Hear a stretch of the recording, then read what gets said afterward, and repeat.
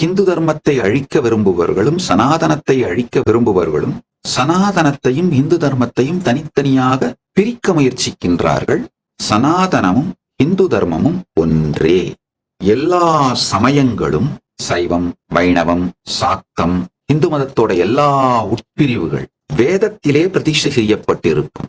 எல்லா சித்தாந்தங்களும் அத்வைதம், துவைதம், விசிஷ்டாத்வைதம், சுத்தாத்வைதம், சகல சித்தாந்தங்களும் பிரஸ்தானத்ரயம் எனப்படும் உபனிஷதம், பிரம்மசூத்திரம், பகவத்கீதை என்ற இந்த பிரஸ்தானத்ரயங்களின் மீது ஸ்தாபிக்கப்பட்டிருக்கும். எல்லா ஸ்தல புராணங்களும் அருணாச்சல புராணம், காஞ்சி புராணம், காஷி புராணம், வியாசர் அருளிய 18 மகாபுராணங்கள் மற்றும் 108 உபபுராணங்களின் மீதுதான் ஸ்தாபிக்கப்பட்டிருக்கும்.